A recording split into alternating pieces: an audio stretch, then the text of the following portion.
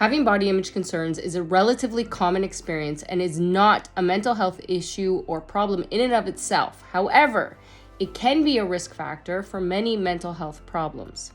If you've suffered from anxiety, depression, shame, or self-consciousness due to your weight or appearance, or feeling like somehow you just don't belong, pay attention. This video is absolutely for you. I'm going to share with you some tips and tricks on how to help cope with that and maybe help you understand that you are not alone. Join me now. Watch. So, body image, obsession over weight, appearance, etc., right? Ironically, so many of us do it, and it's a very, very common thing, but I've learned there's two sides to it. And in healing from an extreme amount of trauma, I've had to understand and learn how to protect myself. And that's an education piece. Okay, the relation in how you feel about your body in relation to how you project or see things in the world and other people. So an example, right? Like I'm standing here and okay, so I'm wearing, a sports bra and my whatever, my stomach's exposed. Okay. For myself and what I've had to understand, like, so my intention is to help as many people as I possibly can not feel the way that I do. And when your intentions are pure, you do not lose anyone, they lose you. That is true. And we have to understand our own value and what we do and what we contribute. And understand, though, this is the representation of ego. We all, every single one of us, have a bit of narcissism in us. Of course we do. And that's also the guilt and shame of you should not feel guilty over wanting to take care of yourself. And that's actually what I've learned I've really struggled with. So I'm getting back to learning the disciplines because my food addiction was really triggered again about 2 years ago. And a lot of that had to, because the obsession over weight, appearance, etc., because my value being so tied to that, and that for myself linked to a lot of trauma, sexual abuse, etc., and misunderstandings, and then being, mistreated or misused. But there's still the education piece. So as I'm healing, I've been in a clinical depression for the last 4.5 years. So what it would look like, so there's a safety component for myself with the videos. So, you're a certain way because you're doing something. Well, where's the protection? Well, that depends. So there's also an education piece, because if you knew me in person too, I'm not ever disrespectful to somebody else's relationships. There's a process of learning, but from childhood, and this is what I'm trying to get at too, is the education piece. There is like a respect on like, hey, like this isn't an appropriate place or time and place to be dressed a certain way or act a certain way. And this is a time not, because you don't want to be, people just pushing or projecting things can be very dangerous. And that's what's been done to me. So I'm trying to educate people to heal that. You do not have to watch my videos. That would be a choice on you if you're watching them. That has nothing to do with me. So the learning component in this is, what are you doing for yourself? So the education piece, if you were to follow the programs, or if you were, let's say, in the programs to be coached, like, would be teaching you how to get comfortable with yourself, how to watch yourself, how to understand when you are looking at yourself, that's also a reflection of how you feel about the rest of the world, because everything comes from our subconscious mind, and then we're triggered by the outside world.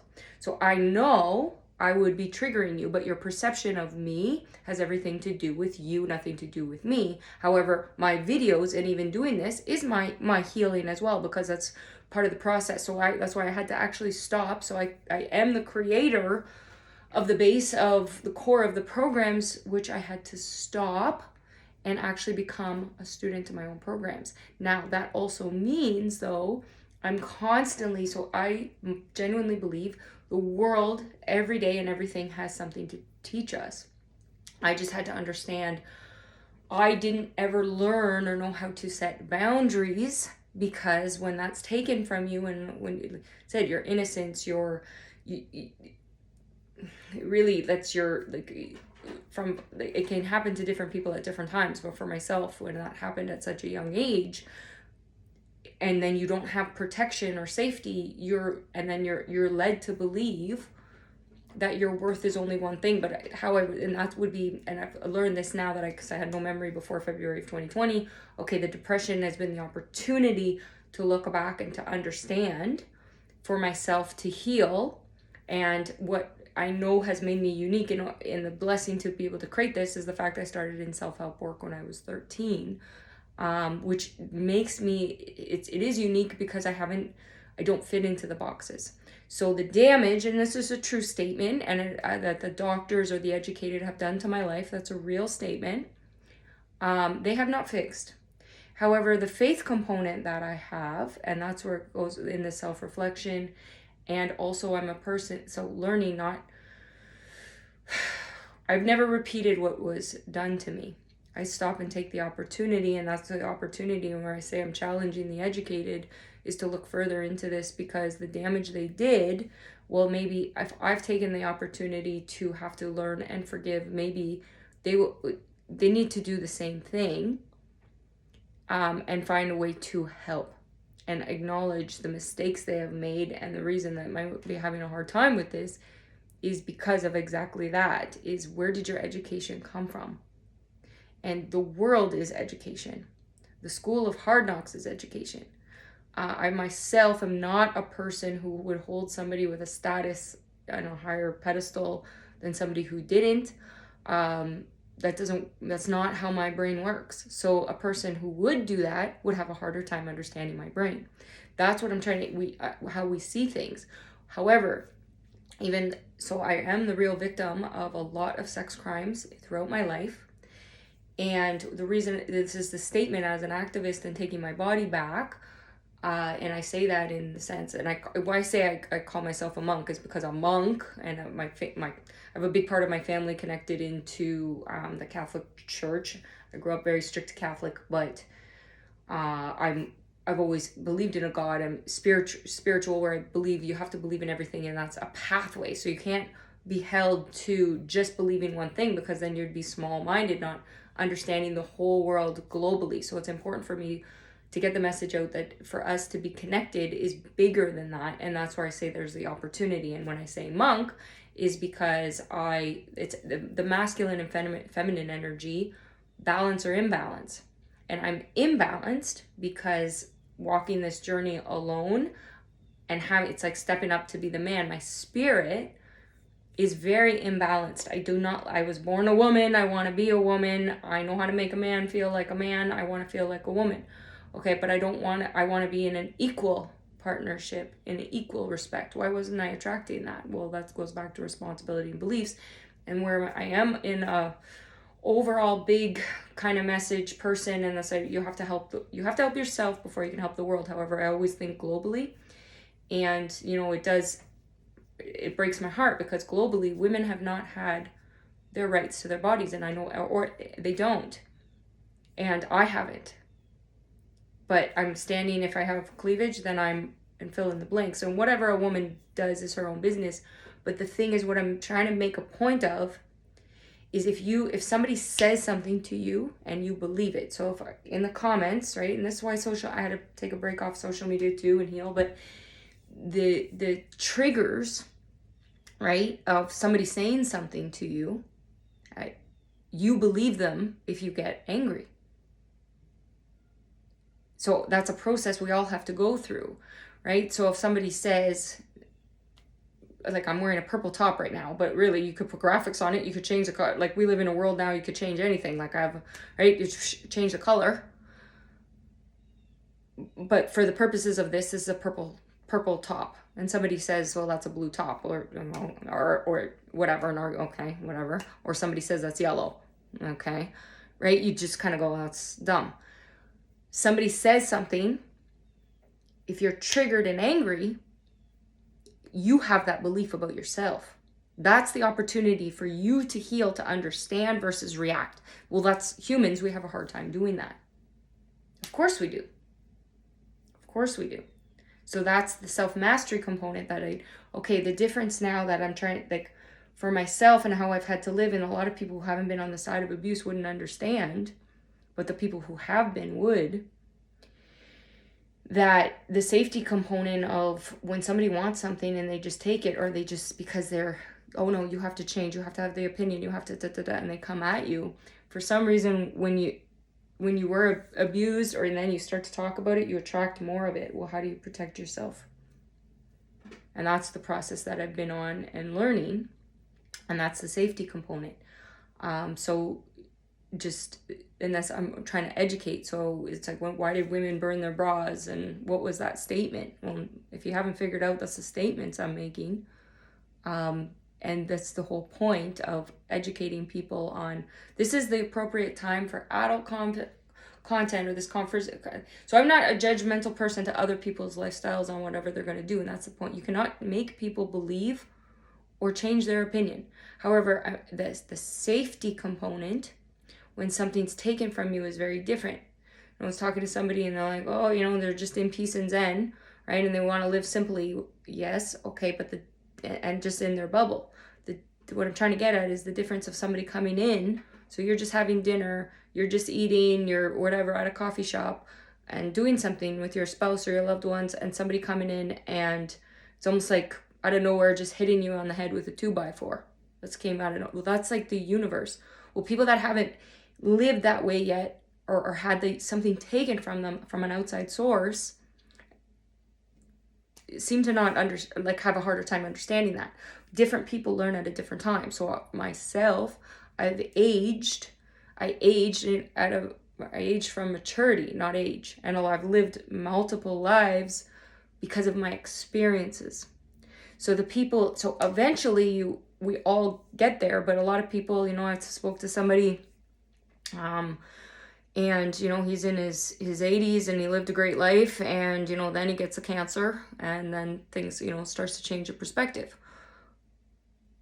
I don't have, right? So for my body and my experiences and what I've gone through, I've been in pain my whole life. I'm trying to go through an anti-aging thing, and healing the spirits away that are the negativity.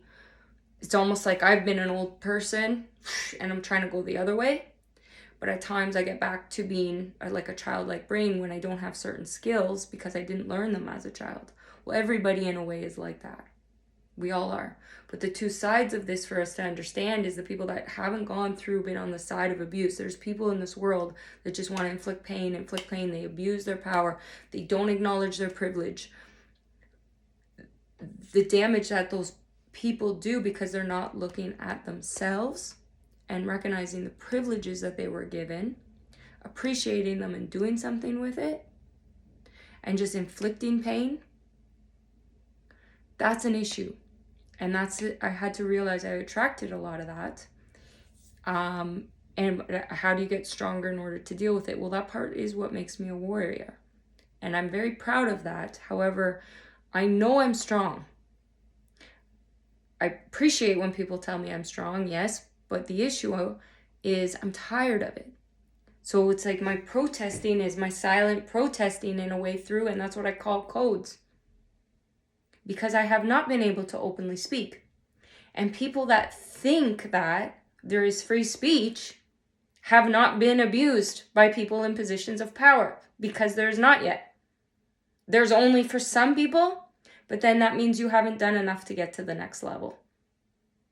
So the relation in making peace with our bodies is so important first, and self-recognition and understanding we are a part of each other. And though if you're struggling with your own body, you're allowed and you're supposed to feel proud of it. You're born into your body. This is like your robot, right? This up here is your computer chip. So where is it programming you and telling you where to go? Well, you have to understand that programming not only has it, so brains are millions of years old, that came from somewhere. So you do have the brains of like your parents and your grandparents and all that. That's a programming. But also then the environment you're growing up into. So those who grew up on love versus those who grew up on survival. What's a house? What's a home? Well, the first base home is your soul and the relation that you have with yourself, which would be the relation to spirit or God or whatever. If it said, you don't have to, I'm not trying to push beliefs on you, but you have to think about from a logical standpoint. Who's in your head and what's that base? Well, what's in your home environment shaping that brain, and the people around you shaping that brain and telling you what you can and can't do. What are you taking? What are you taking? Because that's the difference in the exchange. So that's what I'm trying to get at, is you've been so privileged and you're able to just, do you know the base of where those things came from? So to just brush aside somebody and look at them, oh, that's a homeless person, oh, that's a this, that's a da, or whatever. If you've been so privileged and you don't know their story, wouldn't you be a big loser? I think so. I don't care if you, quite frankly, if you don't share. Again, that's where I would go. Throw your hate at me for me calling you that, because you haven't seen your privilege. And what I'm trying to get people to understand is, if we actually acknowledged ourselves, we wouldn't be spewing more hate. So how could you be any type of activist or care if you're actually doing that? Because the first base problem, right? It's like you look at the universe and people want to protest for the universe. I went through a period, even like I did the vegan thing because I do care about animals, but that's not, I actually have the beliefs more of the native culture. It's like respect to the kill, where things come from, because the first base problem we have is, ironically, the earth will always be here. Look, like dinosaurs lived for millions of years. Humans are a new species that don't seem to have it together. And if you really were to look at the world, and if you were to throw, that's an example, like your hate, okay, there's people in the world right now that are completely starving. If you're a vegan, are you going to throw your hate at them if they had a piece of meat because they haven't been able to eat? Doesn't that seem a little bit strange? So the protesting and the rights for how things are treated, yes, but we have to first understand globally how humans are treating each other, and they're so unhealed, is the first problem. And the brains, if they're not healed, humans aren't going to be around anyway. None of us are bigger than the universe. That'll kick us off. And the first universe we have is here. And that's the relation of what's here. That's why there's billions of universes. What's an energy, a frequency and connection? What's changed the world? Well, these phones, these things, what's going in your head? Okay, understand though, the opportunities to have that and to even watch these videos, not a lot of people in a lot of other countries have. So the first obligation, first world countries, is we have to do something. Yes. Okay, but for doing something, we have to heal first instead of continuously throwing more hate, because we got problems, so many problems here. And people that abuse power over other people are the only cowards in the world. So, do you have enough courage to look at yourself, your own body, and understand that? Jealousy is a sign that you want something. So every human is jealous at a different time, I myself included. And it's almost like being born into a video game, right? So I get very frustrated because it's like, look at the privileges of that person and look how they're squandering it and look how they're using it, and you get angry. Or somebody has something better. Yeah, of course. But it's a sign. It's like, that's not my that's why you have to stay on your path and understand your path, because you were born into a different part in the video game, in a way. So it's recognizing those privileges and understanding you're not getting another body in this lifetime. But what's going to happen in the next one if you don't do something with the one you're in now? That's enough to scare me. People that don't think about that, ironically, like that's the depression. I've thought of death every day my whole life. Almost every day. There was a period of time where I didn't. I would say it was about 5 years. But that's it. And as a person who really didn't give anyone a warning and did try to kill herself, it's been that's the illness. But the illness is love. I care. I care too much. And a lot of people could relate to that or understand that. So we have to first understand, in order to save a life, you have to save your own and understand you're worthy of things. And we can live in a world where I don't want to be around people telling me that I can't have, or minimizing me, because that's the world I've been in. Making me feel guilty for wanting to live and do things when I know it's like, I have to look at the amount of work I do every day, even in my depression. every day something, and then I have the people that throwing guilt or throwing hate, claiming to be more of an activist, claiming to be this, and they're just spewing their hate. I have to understand, that's where I go, no, I have to send them love because clearly they're hurting, but I have to also get away from them for my safety. And that's been the difficult part. And people that can't understand that, I really don't want around.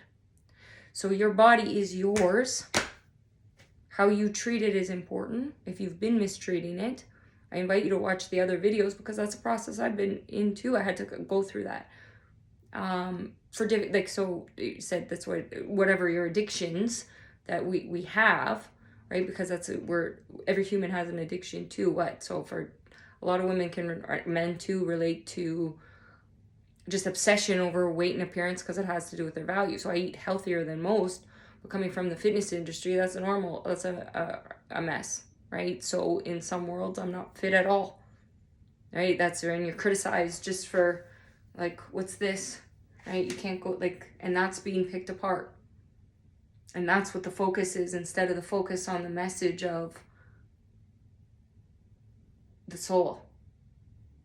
But there's a time and a place that this is artistic and it can be restructured, but that's the perspective. So it's so important to have it. And that's a self-mastery because we're human. So it's first responsibility is to master ourselves, which means you have to meet your own dark, your own monster. So you master it.